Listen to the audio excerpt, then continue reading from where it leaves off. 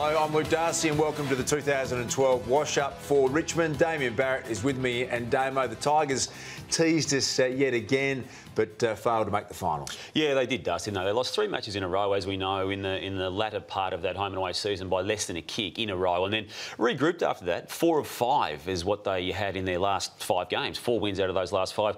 11 in total. They were thereabouts, but ultimately they were probably a long way off. I want to start my season highlight, Damo. Ivan Marek single-handedly trying to bring the mullet back into football, or maybe along with Taylor Walker at the Adelaide Crows.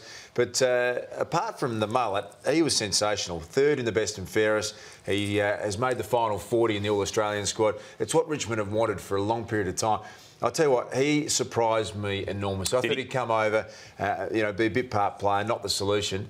He is a much better player than I gave him credit for. And the thing about him, he actually got injured in the second half of the year, carried a pretty bad groin injury from what we understand. So he's a great find. Yeah, mine's probably an obvious one, Darcy, in terms of the highlight. But Trent Cotchin, if he wasn't already in the absolute elite, he certainly was after the 23 rounds of this season, wasn't he? I mean, he ended up doing things like that, kicking goals, and he does a lot of grunt work. He does a lot of class work. I just would love him to be a Brownlow medal chance. I'm just not sure with the win-loss record that Richmond's got, it's going to be enough for him. Is he a Brownlow chance? I'd be very comfortable having a Brownlow medal around his neck, the calibre of player that he is. He just makes the game look easy. Look at that, don't argue. Yep.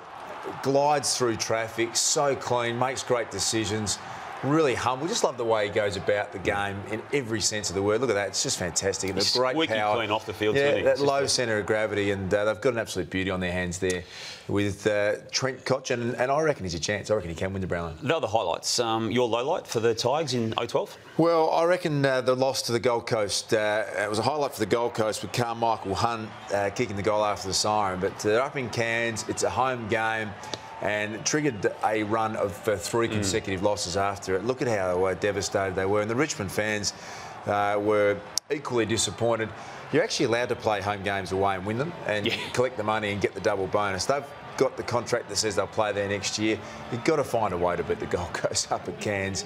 They had the bottom fall out of the market, that one. Yeah, amongst a few lowlights, I thought their lowest point was the Daniel Connors, Dustin Martin sleeping tablet situation where, as we know, they needed to be woken up by an assistant coach, Wayne Campbell, on a Monday morning to go around to their house to wake him up. I mean, I don't know what they were doing that weekend, but look, Connors got sacked out of it and Dustin Martin got a real kick up the backside. As a news journo, Damo, that was always going to be a big story, and you're all over it as always. Christmas bonus time, Damo. I want to pick out a man who I reckon probably won't be expecting a bonus, but I think this is the style of player that Damien Hardwick's going to get. Stephen Morris, he was sitting around the SANFL for 50 games, 23-year-old mature age recruit. That's the way Damien Hardwick played his footy.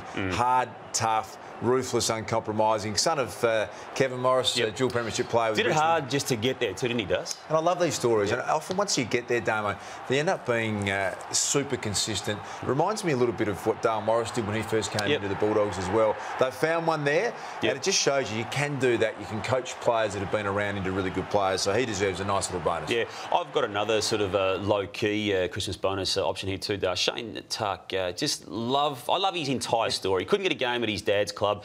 Couldn't get a regular game for Richmond even as recently as mid-year 2011. Was told or indicated by Richmond people that there'd be no contract for 2012. Played the last 6 games and averaged high 20s. Got a new contract. Is now going through another new contract phase for 1 more year. I thought he was outstanding in his own little world in 2012. Why has that taken so long to happen? And I'm with you. His numbers alone make him an elite player in the game. He does it on a weekly basis. Now, great story, that one.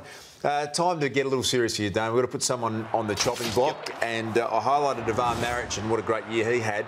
It's probably come at the expense of the other ruckman, Angus Graham, who has really come to the point in his career where not sure whether or not he's actually going to be capable of being a regular AFL player. Didn't play enough games. When he does, there's not enough intensity or athleticism. Is that his problem, intensity? Combined with just the ability to compete once he's at ground level. And that big style lumbering ruckman, you've got to find another string to your bow. Is he capable of doing it? It's got to happen very quickly or he's out. Dust, we judge people in footy harshly. I'm going to judge Dustin Martin harshly here and put him on the chopping block, just simply to get it all right off the field and and get it all to come together for him. We know what he can do. It's established. But this year, he did not move forward, did he? In fact, I would say he's arguably finished 2012 behind where he was in 2011. It might be arguable, Das. Well, I think we rate him highly. We rank him highly. Third-year player. I want him to come through, Das, and he hasn't. Yeah, under enormous scrutiny. Third-year player, being tagged, kicked a lot of goals last year. I'd be pretty happy to keep Dustin Martin at the top of Keep him, but when I say put him on the chopping block, it needs to be better than what he was this year on and off field. Das, all right, where will they improve? Well, I think what they need to do is find someone in defence who can kick the ball regularly. Alex Rance tries hard. Stephen Morris, we just mentioned before, who I reckon goes really well, but they've got to get some better use through defence. They turn it over too regularly in there. Delidio has played halfback the last couple of years. He's been unbelievable. Yep. All-Australian type of year from him playing the midfield, but they lost that ability to kick it. They've got to improve that. Otherwise, I think their ability to go up the ladder is going to be severely hampered until they get better kicks in defence. Well, one of those areas they are going to trade again. As you said, they've got even Ivan Maric into the team. Chris Knights is said to be the one that they've really targeted. You're big on this. You think he's just about over the line? Yeah, there's enough people who are saying it's really down the path of him getting there. Would he be that type of player you're referring to off the halfback? I reckon absolutely. It would fit into it. It'd be a really nice role. Beautiful left foot kick. Can play halfback and roll through the midfield. Yeah. Well, it's moving the right way, as is the Troy Chaplin deal. Again, fair bit of work to do on both fronts, but they're both moving the right way to have those players at Richmond next year. All right, Damo, get off the fence. What is going to take place in 2013 for Richmond? Oh, Das, I can't see it being much different. I think there'll be many ups, and at some stage they look like they're going to make finals, but I reckon they'll just miss out again. Well, I am going to put my hand up and they will improve. It'll finally be the year they make the 8 Richmond in 2013. You've got to actually make a call at some stage, Damo, and I reckon there's enough there to get excited about. At the moment, there's 17 teams in the 8, according to you. So. That's not the way it works, Damien. That has been the wash-up for the Tigers in 2012.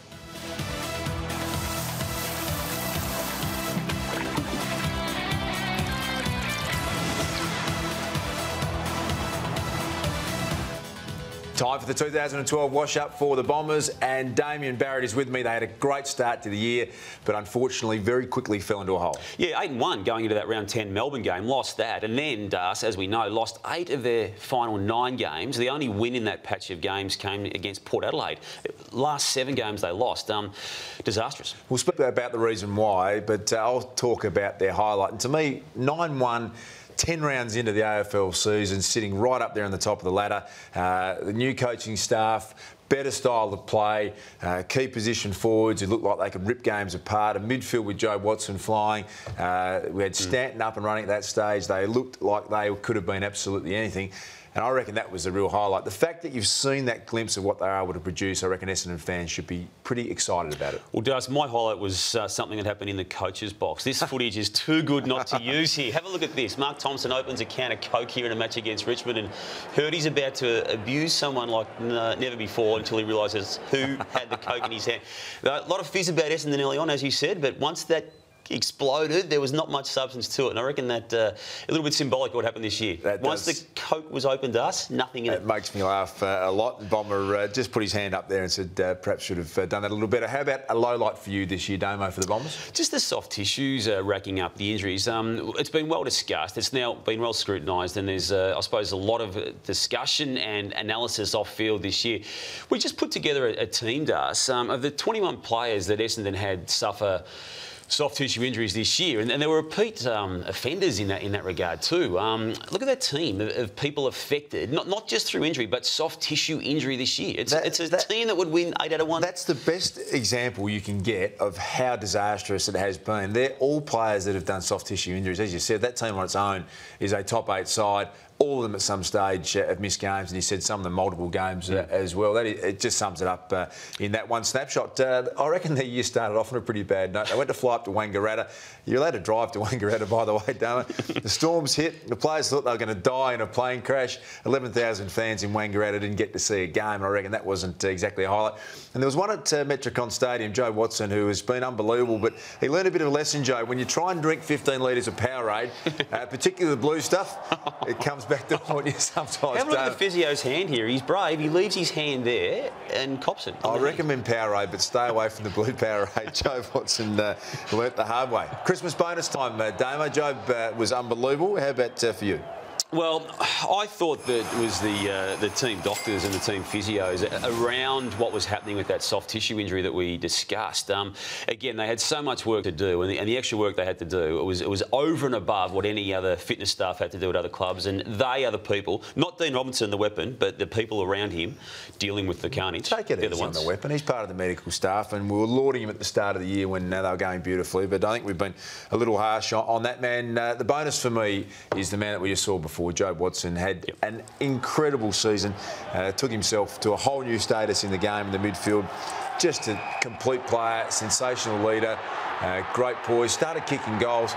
You know what I find fascinating is that 4 or 5 years ago we were saying, look, he'll never be a good player because he doesn't kick the ball well.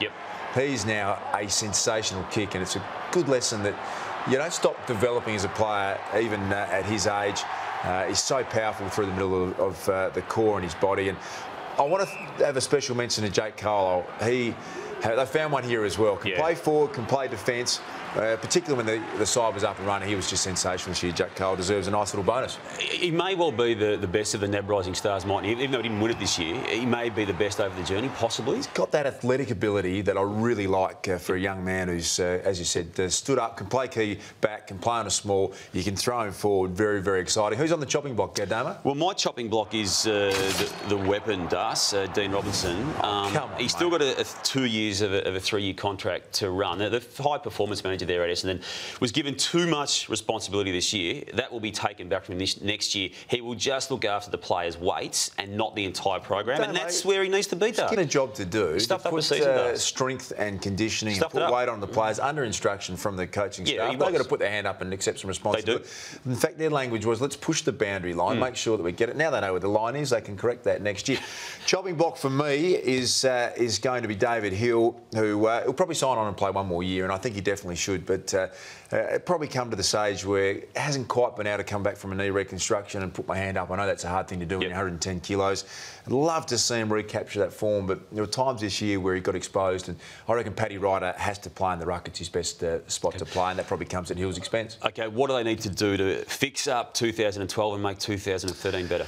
Well, I'm a bit concerned about their key backs, Damo. 12 months ago, Cale Hooker and Tate Pears were looking like they were going to be a rock-solid fullback, centre-half-back combination. I think they went back a step this year, so they really need to find some improvement. That means more on Carlisle, more on Hardingham, more around the edges, but they've got to develop those two. They've got to find an extra 15 or 10%. Their key forwards look good, their midfield look fantastic. I think their key defence is the area they need to improve. And they've also lucked out, Dust, because Joe Danaher, son of the great, is going to be coming their way, and they're going to get him with the use probably of pick 10 in the draft. Where they fall on the ladder will be what they need to get him. But he, in the eyes of many people who've watched these young kids this year, Das, would be a standout #1 pick. And if he's not #1, he's #2 to Lachie Whitfield. But he's that good, Das, and they get him, and they get him easily. Beautiful looking athlete, isn't he? I haven't seen him play at all in the flesh, only going on reports. But even this little bit of vision here. Nice kicking action, tall, athletic, and a bit of Buddy Franklin celebration at the end is a good thing. How about your prediction for them in 2013? I just reckon more of the same, Dust. Not as stark as the great start to the year and the bad finish, but I just reckon in the end they'll win about half their games, and as such will be about where they were this year. According to you, we may as well call off the year next year because everyone is staying the same. Just calling it the way it is, Dust. Will improve, Damo. They will finish inside the top 8. All they've got to do is fix their soft tissue injuries. They'll get that done. They learnt where the line is. Look out for a big year for the Bombers. You realise it's a top 8 and not top 15, does? You've got Essendon inside the top 8, Damo. You've got to sometimes put your hand up, and that's where Essendon will finish. Thank you, Damo. That is the wash-up for the Bombers in 2012.